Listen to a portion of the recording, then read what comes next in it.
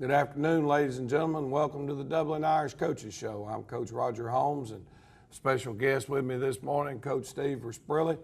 Coach V is our assistant head coach. He's in charge of linebackers and has been doing a great job, and we welcome you here. Strange weekend. College football season getting started, and people up late watching endings to great games, and no school on Monday. Finished up, I guess, about 12:45 a.m. on Friday night with our game with Wilkinson County. But welcome, Coach V, and glad to have you with us this morning. Mr. Stan wasn't able to make it this morning, so we'll apologize right off the bat for that. But Coach V, give our fans and people watching the show tonight a little bit of your history and background.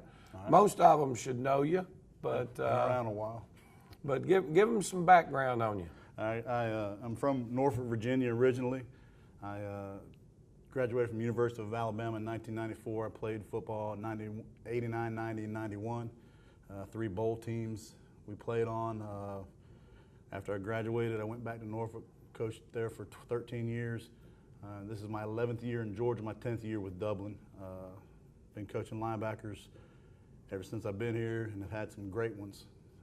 Some all-state kids, all-region kids, some special kids. It's been Dublin's a special place. My children graduated from here, and we're very successful in academics here and in sports. My daughter's about to graduate from Georgia in December. My son's at North Carolina Wesleyan playing football, and he's a second semester sophomore right now. And a great family on top of all that, I'll certainly say that. One that's been dedicated to Dublin City School System and given a lot of time and great effort to these kids within the community. Well, you got the role of assistant head coach. Right. So give our fans a little bit of idea about what that means and what you have to do when you're the assistant head coach. I take care of transportation, trucks for equipment, buses to away games. I schedule the transportation over the summer to get our players here for weight training and workouts. I do work on eligibility, any kind of odd things that Coach needs me to do, I do. So really basically anything that I need to do, I do, and try to do my best. And do it well. And one of the things that I want to bring out also, one of your other responsibilities, which is a major one, but I think our fans can look around at any time and see how well you do, is Coach Versprilli is also in charge of our field maintenance. That's right. On all of our athletic fields here at Dublin City. And Coach, you've done a phenomenal job this year. I know our players and our fans are very proud of the way the Shamrock Bowl looks and the practice field. You know, we went a couple of places this summer and threw 7-on-7, right. And I think our kids had an opportunity to look around and say, I can't believe it.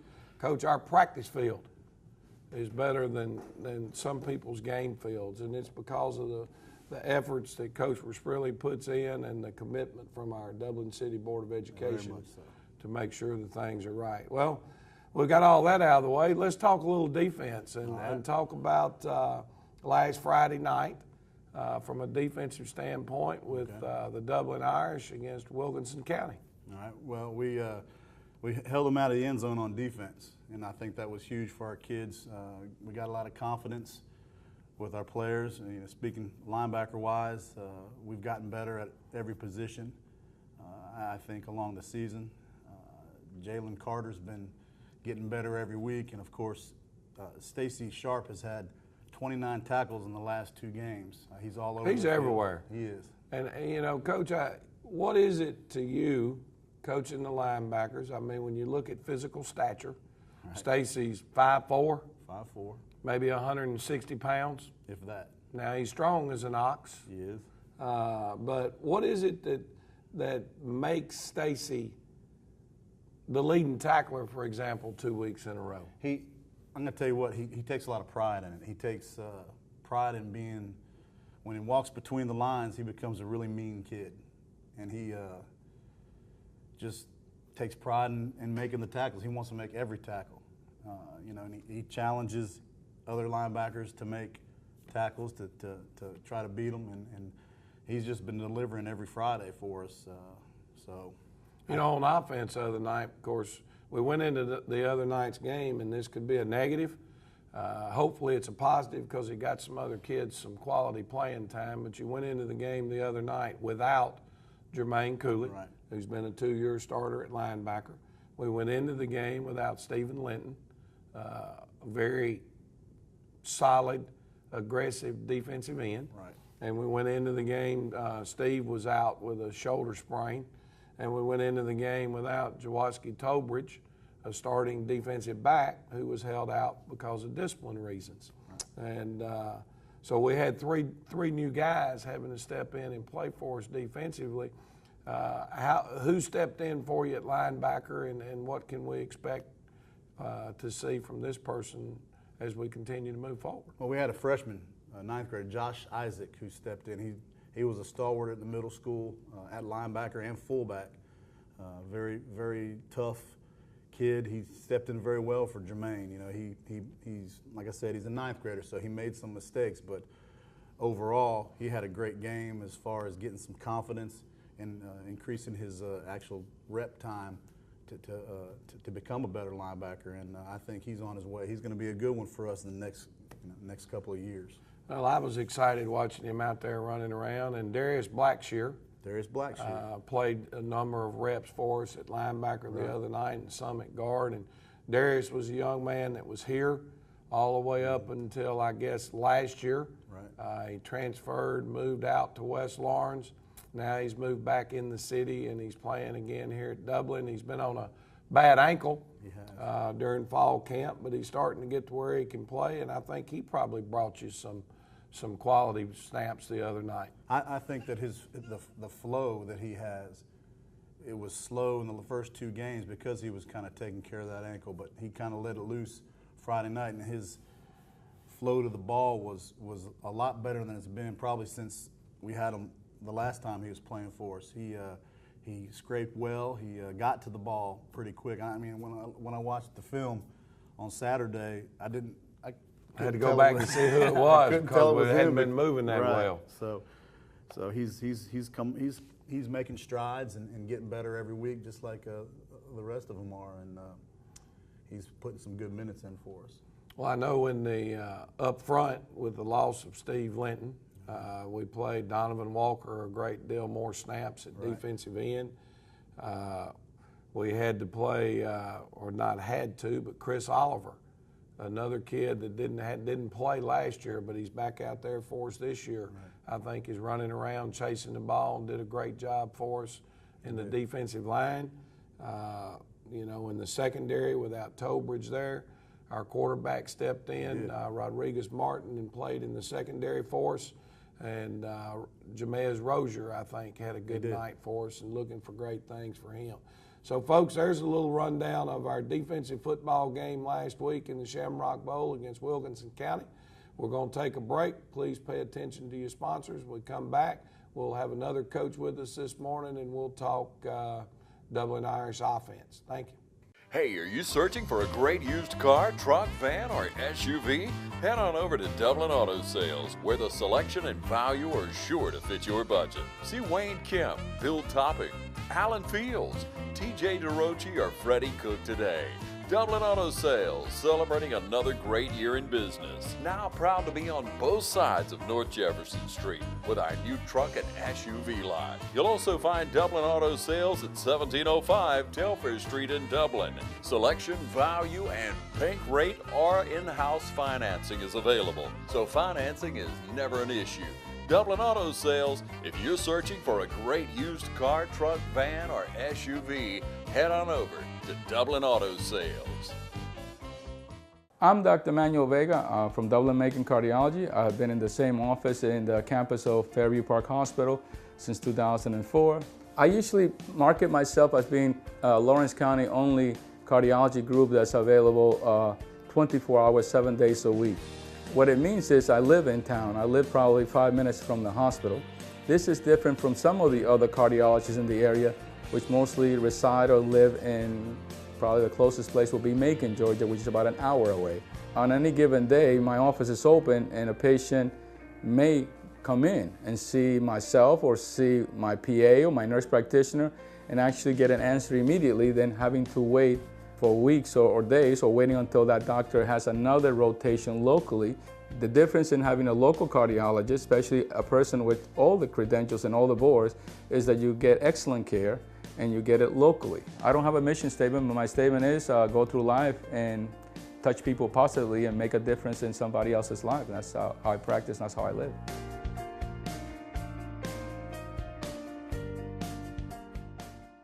I'm Locke Wilford. Buying the right pre-owned vehicle is easy at Dublin Auto Outlet. Power or style, all are affordable. Dublin Auto Outlet, downtown across from the new Dairy Queen. Welcome back, folks. Hope you enjoyed your break and paid attention to our sponsors for our show. But we're back here for the second segment. We have with us Coach Gary Morton. Coach Morton comes to us this year, and we're going to let him give you a little bit of his rundown in history. But Coach Morton is our special teams coordinator, and he's also works with our centers and guards. So, Coach, let's tell our viewing audience a little bit about your background and where you've been and those type things.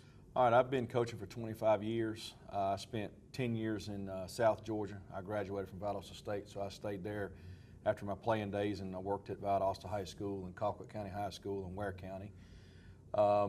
Then I got a head coaching job at McIntosh County for a year, and then I got the calling to go back home, so I went back home for 7. Didn't plan on staying for 7. I planned on staying 3 or 4 and coming back. And where's home?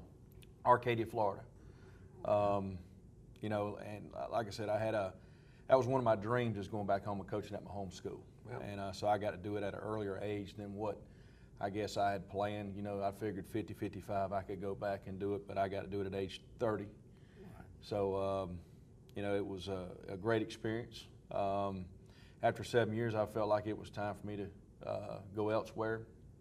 So I ended at East Lawrence for 5 years as a head coach, and then after East Lawrence, I went with Tracy White over to Bleckley for 2 years, and then this year I'm over here at Dublin High School.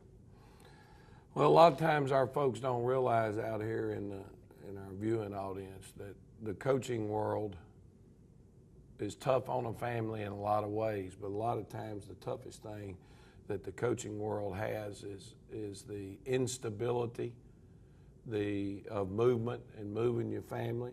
Sometimes because coaches choose to, sometimes because people decide they want to make a change, and there's really very little security in this business, and especially when we're putting our livelihoods in the hands of 14 to 17 That's right. year old young men. But I think you're a lot like me, and there's nothing else really that you want to do. You want to coach football or coach ball in general, and be a dad. You know, I interviewed myself for a job one time, and I remember the principal. It was up in North Georgia in Gwinnett County, is when Parkview and Brookwood were dominating and won 4 or 5 state championships in a row. And he said, "Coach, we want to be just like Brookwood and Parkview." And I said, "Well, I think that's an admirable goal." And then a few minutes later, he told me he wanted me teaching 5 out of 6 classes and being the head football coach and be like Brookwood and Parkview. And, you know, and I said, you know, I just don't know that can work. I said, because I think I can do 2 full-time jobs, but I don't know if I can do 3 full-time jobs at one time. He said, "Well, what do you mean, Coach?" I said, "Well, football is a full-time job. I have another obligation. I'm a father and I'm a husband, and that's a full-time job. Exactly. So I don't know if I can do a full-time job in the classroom, a full-time job as your head football coach to get done what you want." And obviously he didn't want me after that answer, but things have a way of working out for the good. Coach, you work with our offensive line, predominantly centers and guards. Talk to us a little bit about how you think our offensive line has progressed to this point in the season and where we're headed. I think we've gotten better each week. You know, I need to brag on one individual. I think Barrett Wiley played a phenomenal game, and what I mean by that is not necessarily assignment-wise, but I think effort-wise. Mm-hmm. You know, because I think assignment-wise we're getting to where we need to be, It's just technique-wise, we need to get better, and that's what we've been working on in practice. But Bear played a phenomenal game as far as effort goes, and hopefully we can continue with him to get better. And the reason why is because he's only a sophomore. And Barrick's your center. He's our center.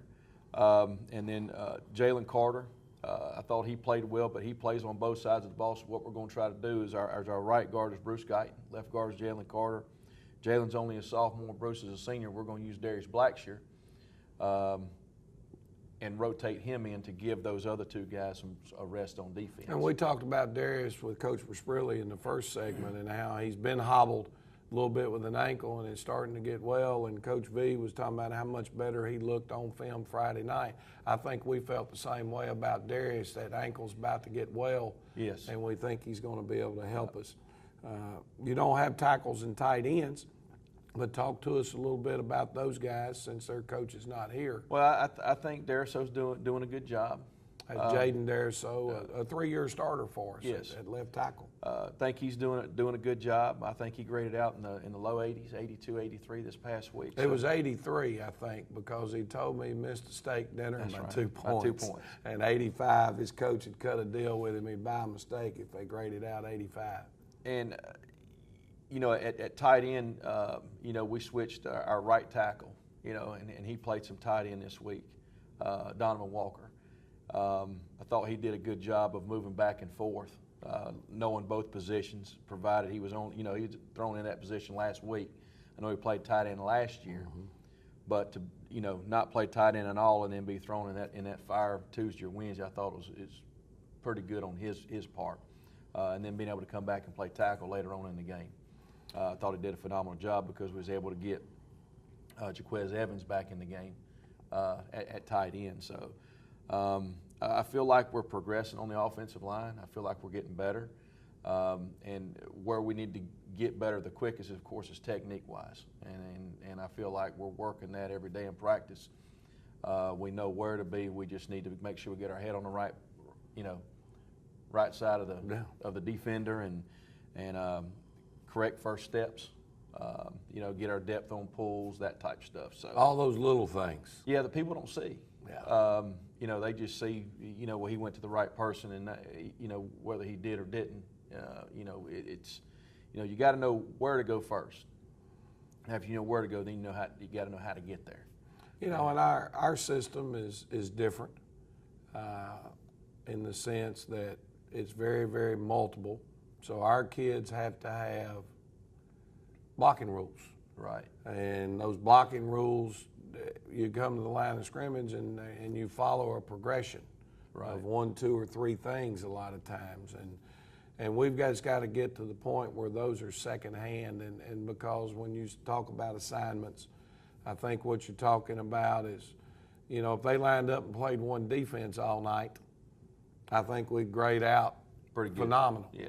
But when they're swapping defenses around from an even front to an odd front, from a 5-3 to a 5-2, it changes some of your rules and your progressions. And I think we're getting better at it. We're just not really clicking on all cylinders yet as to where we need to be. And Coach, you handle our special teams. You do all the breakdown and scouting of what's going on. Of course, all of our coaches have roles in the special teams. But what would you say right now, special teams wise, is the area we've made the most improvement and the area we need to continue to improve? Well, I think the most improvement is, I would have to say, our kickoff return, just for the simple fact that we were able to finally return one for a touchdown the other night. And I think the area that we need to improve in the most is probably kickoff coverage, because we allowed one to get scored on us. I agree. I think part of that is placement of the kicks. Well, a young kicker, we got to do a better job of getting it where it needs to be. And that penalty allowed them, to me, a longer field and allows you a better chance at return because there's more field to cover. Great point. So that, that in turn, us being backed up 15 yards, gave them a benefit. But we still need to, if we take care of our business, then we're able to make that tackle. And we missed a few tackles down around the 20, 25-yard line.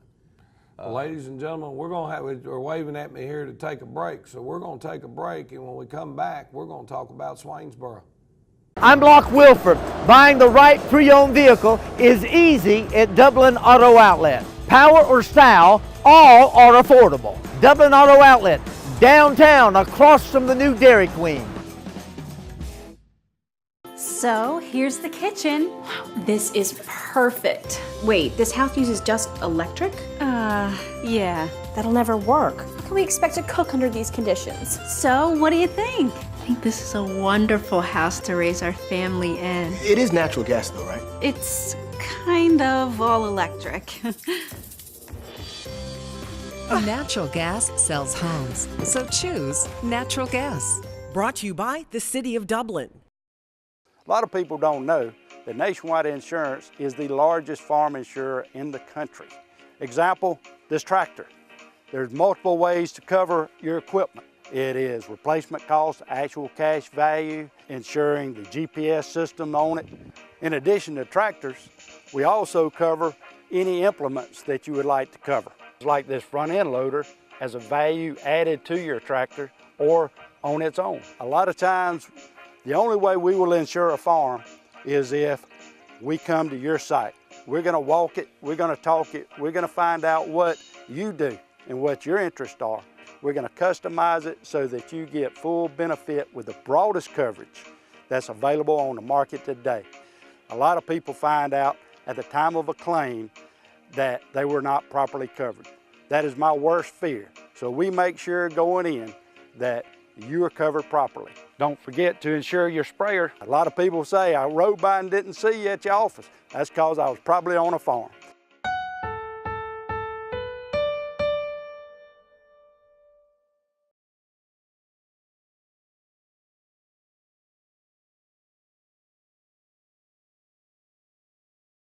Welcome back, folks. Hope again you enjoyed your break and you took time to pay attention to the people that bring you this show. Without them, none of us would be able to come on and talk about Dublin Irish football, and we're awful glad that we get this opportunity. Coach Morton, we've got Swainsboro this week, and Swainsboro is under the direction now of Coach Scott Roberts. They made a coaching change over there. And Coach Roberts was at Swainsboro a few years back. They had a great quarterback over there at that time named Malcolm Eady. That's it. And gosh, he was good, and I'm glad we're not playing against him. But another fine football team, and Coach Roberts has kind of put his stamp on them a little bit. But while you're here, I'd like for you to talk a little bit about them defensively and what we know are going to be our major chores for us come Friday night. So tell our folks and fans that'll be in Swainsboro Friday night at 7:30 what they can look for in the Swainsboro defense. All right, Swainsboro's defense is very big up front. I think their D-line is huge, and I think they move well. You know, they've got a 3 technique and a nose guard that's big that we're going to have. They're bigger than us at those 2 positions, I believe, in my opinion. All I've done is seen them on film. I got to see him live. I can tell you that one defensive tackle in there, I think he's the 3 technique, or the shade guy actually. He is huge. 59 and 71 are the 2. Yeah, they're about 6'3", about 300. Yeah. So he's a good sized young man. But go ahead. And then the 2 defensive ends, I think 42 is probably one of their better football players. Athlete, now he looks, to me he looks to be 6'2", 6'3". 210. 210 to 220, and not only that, but they lined him up at wide receiver a time or 2. So that tells you about his athletic ability, and I think the other one is number 6. Yes, 6 is down there too. And I think the linebackers are good linebackers. They're not big, but they're fast. They are. They get to where they got to be. So I mean, we're going to have our work cut out for us with their front 7. I feel like we should be able to throw the football. As long as we run our right routes and that type of stuff, and then we're able to protect Drake. But running the football is what we're going to have to do. I think by us running the football, and if we can control the tempo, then we keep 5 off the field, which is their running back, which to me is their number 1 football player. So that kind of helps us out on both sides of the ball by us being able to run the football and control the clock, kind of like Georgia Tech last night. Yeah, if we can hold on to it and move it a little bit. And I think one of the things that you know, we've got to look at is that they're one of these teams that switch back and forth from an even to an odd front. Right. They played Jackson, which was a spread team, and it looked like they were in a 4-3 look most of the night. Then they played ECI, their crosstown rival, and they're a wing T type football team, and they stayed in a 50 look, an odd front, shade 50 most of the night. So our offensive line, as we said before, got to be able to handle two different fronts, and then on top of that, they got quality people that they're going to have to go against. And you know, when we look at them from an offensive standpoint, I think you've already mentioned the big weapon. I think his number is, I know his number is 5. I think his last name is Williams. The fastest kid we have faced to this point, no question about it. No one's been able to keep him from breaking off long runs, and that'll be a major chore for us, obviously. But they're a spread, not necessarily, I wouldn't call them a spread team. They're an air raid team. Right. They're a team that they're not asking their quarterback to do a ton of running. They're in the gun. They're running inside zone. They're running outside zone. They block the inside zone 2 or 3 different ways, trying to give their back options as to where to hit. You know, we stopped yesterday. We as coaches a lot of times assume that people speak the same language we did, and our linebacker coach was telling the kids they run the inside and outside zone. Well, what is the inside and outside zone, you know? So you got to stop. And inside zone is basically a play where the running back is going to head right at the outside leg of the guard. But it's not like some plays where it's designed to go right there. This is a play that all their linemen will basically reach block one direction, and all he's doing for is looking as he's hitting that hole is looking for a seam where one of the linemen won their battle. And now he can cut to the right, straight ahead, or cut it to the left. The outside zone, now he's running at the outside leg of the tight end, and if they can get you hooked, he's going to the edge and coming back. And kicking game wise, again, we've got to continue to improve in our kicking game in a lot of areas. It's not something that, and this is no disrespect, that's not an area that's dominating for Swainsboro, and it hasn't been dominating for us at this point in time. It's just an area that both of us, if we'll be trying to eliminate any negative plays and hopefully generate a positive. But game time is 7:30. It's in Swainsboro, and it's Friday night. This is our last non-region game. We really need to make some improvements and step up. Our game is next week after Swainsboro. The next week for us is an open date, so there won't be any Dublin Irish football in 2 weeks. So get out, support your Dublin Irish in Swainsboro, 7:30 Friday night. We need a great crowd there to support these young men. We appreciate our sponsors and TV 35, and we'll see you next week.